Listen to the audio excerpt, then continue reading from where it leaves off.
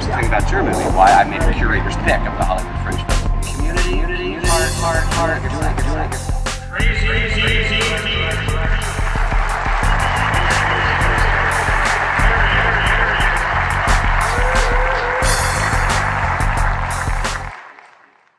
But the people that are there, the people that run Warner Brothers, are from the 60s. And these are some old gangsters, like straight up. These are old guys, okay? But their minds are young. And they're always looking for something new. This is why they are on top. Because you think, oh, this is some old guy, I want to do it the old way. No, these guys are looking for masters. And they pay masters. If you can prove that you are a master of what you do. I perfected my art. How can we tell? How you speak about it. Can you perform it? Can you give me something? Show me that you are the master of your field.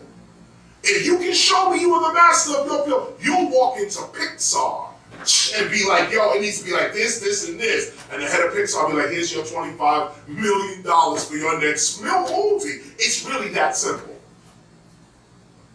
What do you believe about yourself? There's no school to go to. There's no contract to sign. There's none of that. What do you believe about yourself? What is the story that you are telling about yourself? This is what creates your reality. This is what hip-hop is. It's nothing else. We told a story. We sang. We said a hip, hop, a hip, a hop. You know that dude that was on stage with me last night? His name is Lovebug Starsky. I know he don't look like much, but that dude, out of his mouth, came the most powerful word on earth, hip-hop. Imagine him and Busy P, they over there just cutting, scratching, having fun. He grabs the mic and says a hip, hop, a hip, a hop, and that becomes a $10 billion annual culture global. He said last night, I wish I had a copyright. Because imagine if he did, hip-hop would not be as large though. The only way it could be this way is if we all share it. And that's what Grandmaster Flash said when we was at the United Nations declaring hip-hop an international culture. I said right there to Grandmaster Flash, why don't you get up and tell these people you created cutting, mixing, and scratching?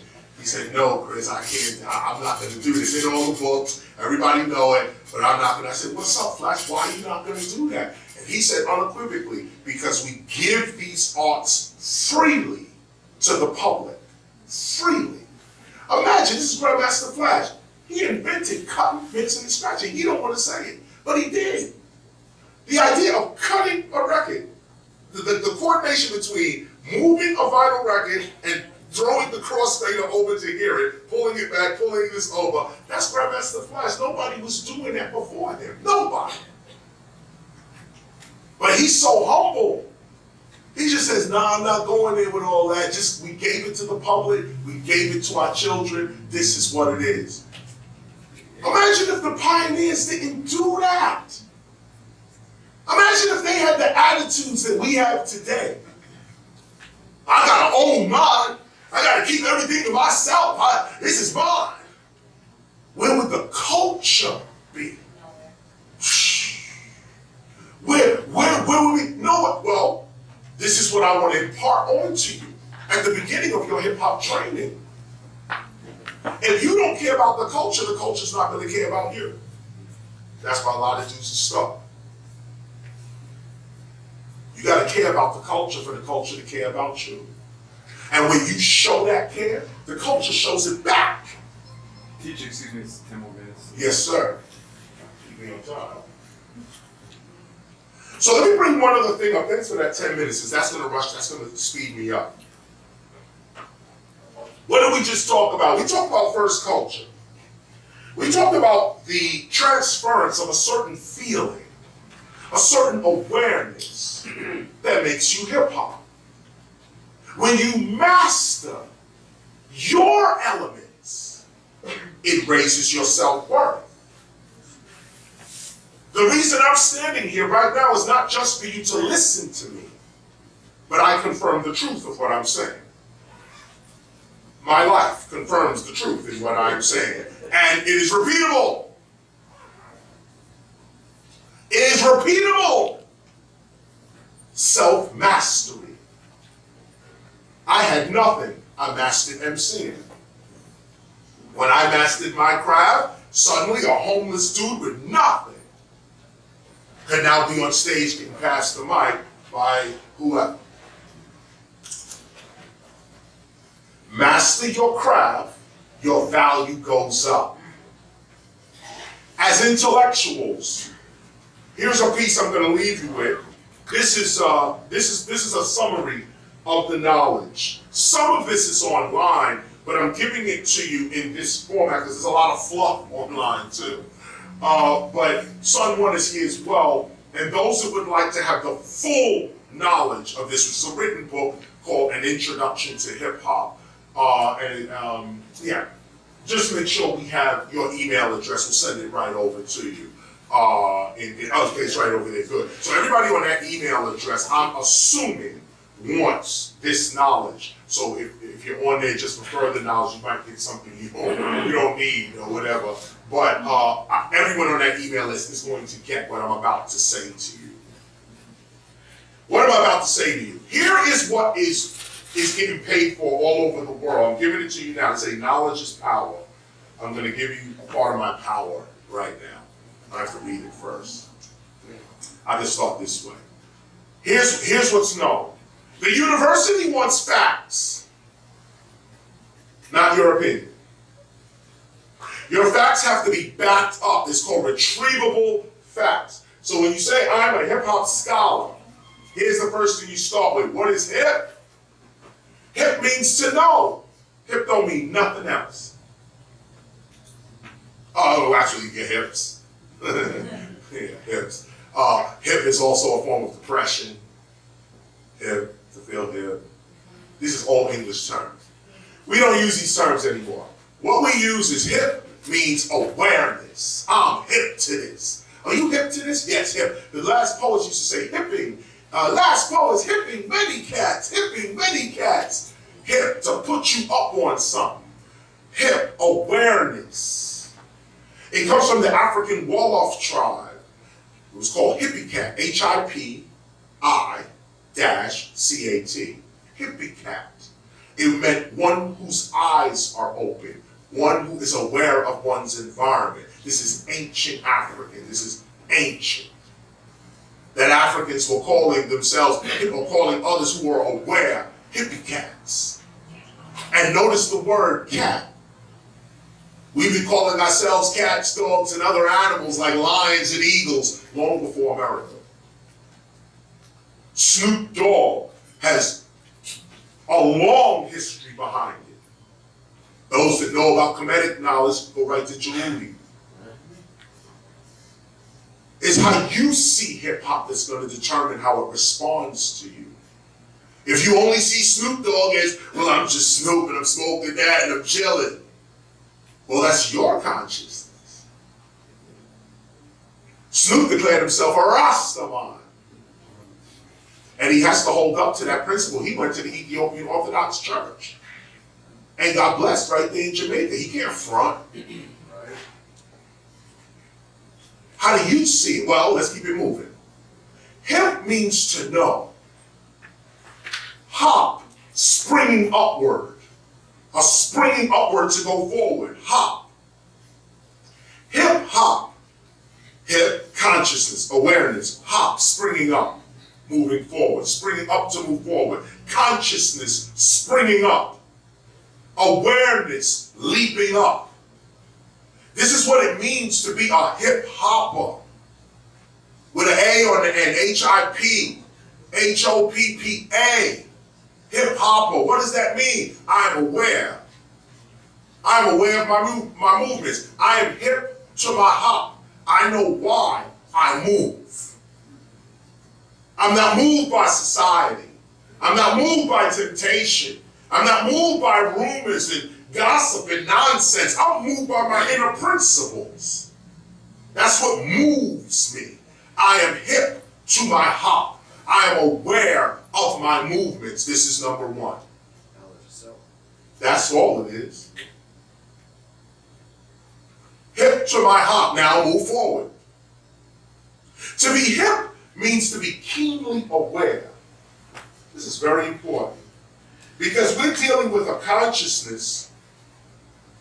We're dealing with a certain kind of consciousness when we say hip hop. When we say hip hop, we're dealing with a certain kind of consciousness. Not just consciousness, but a certain kind of consciousness. What kind of consciousness is that? Well, we say that Cool DJ Herc begins hip hop in 1973, which he does.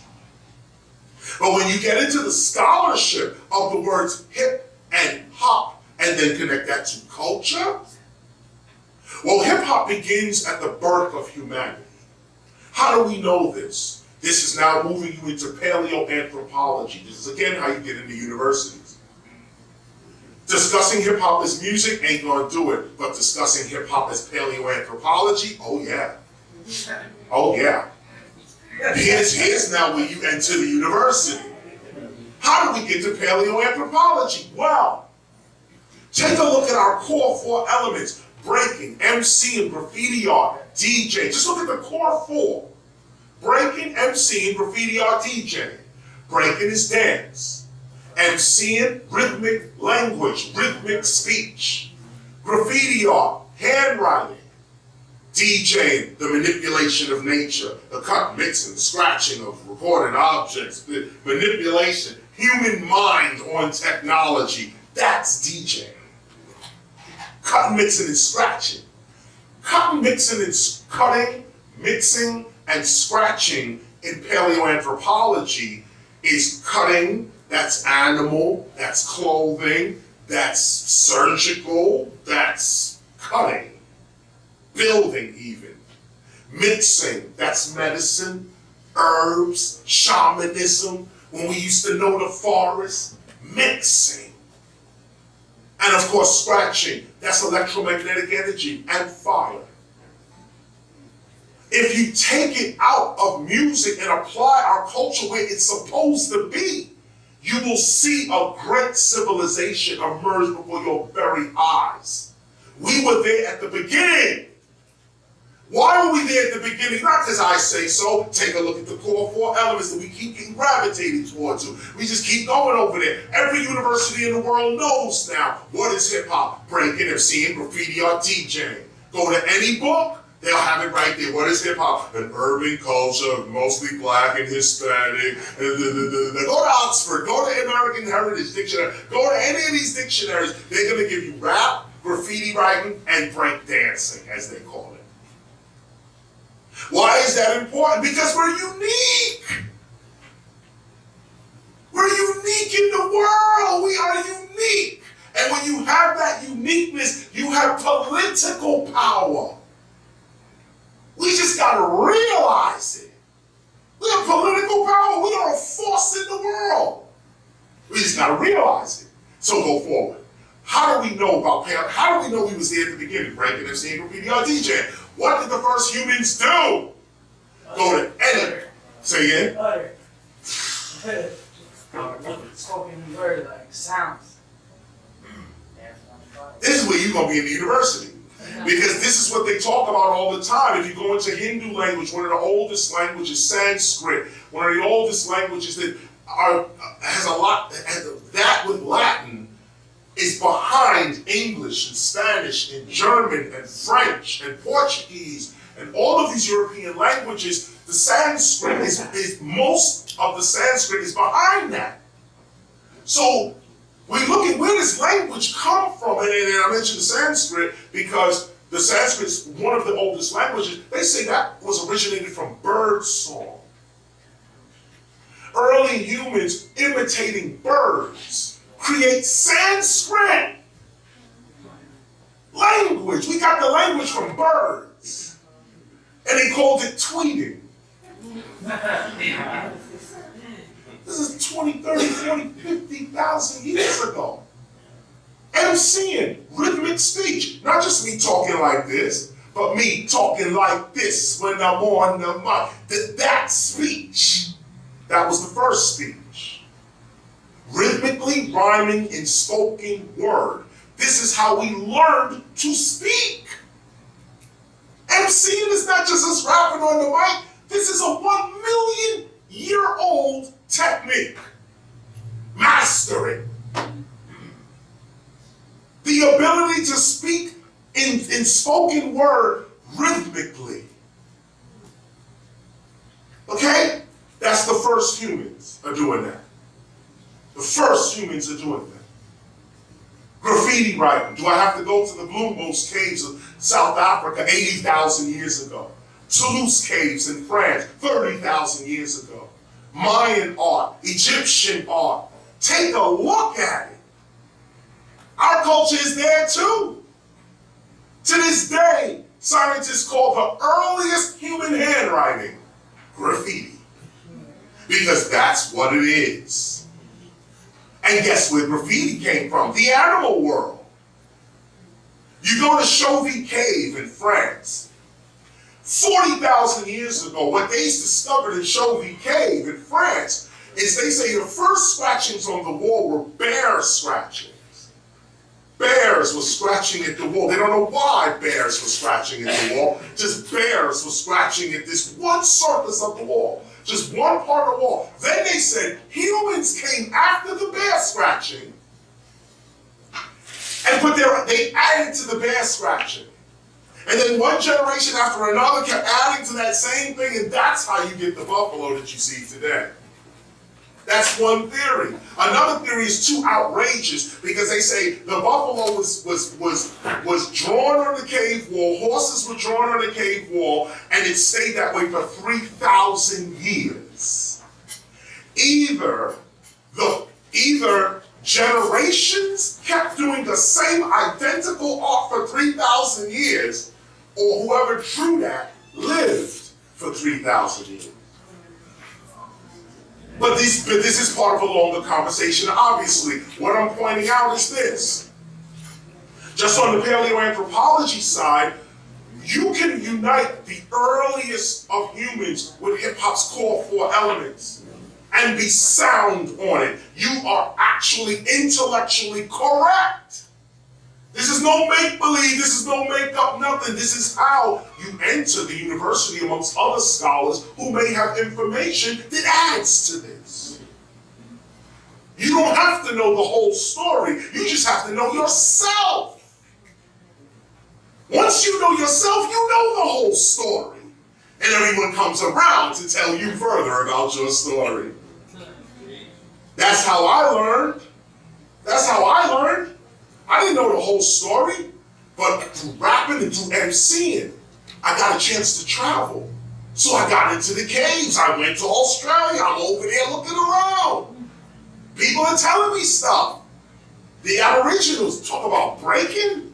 Oh man, Aboriginals, 80,000 years. This is probably the oldest. Next to the what they call the Xhosa people. Xhosa. I'm not even doing it. My mouth is too dry. Click language. Xhausa. The Xhosa people of South Africa. The oldest people on earth. Next to the Aborigines in Australia. Oldest people on earth. 70,000 years ago, they said they came to Australia even earlier than that, but they got evidence for 70,000 years. They said, what was the first thing you did when you got here? They said, we danced. This is the first thing. He said, what was the first thing you did? Go back to your culture. What was said from the ancestors all the way up to right now? What did you do? We got off the ship and we danced. They said, what were you dancing to? He said, we were imitating the animals. They said the animals were dancing when we got off the boat, so we started dancing.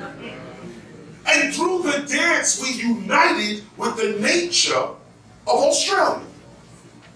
Through the dance. Breaking is not just breaking. Breaking is what freed the Angola people from slave catchers. Capoeira martial arts. Where the knives were put in the feet and the hands and the hair.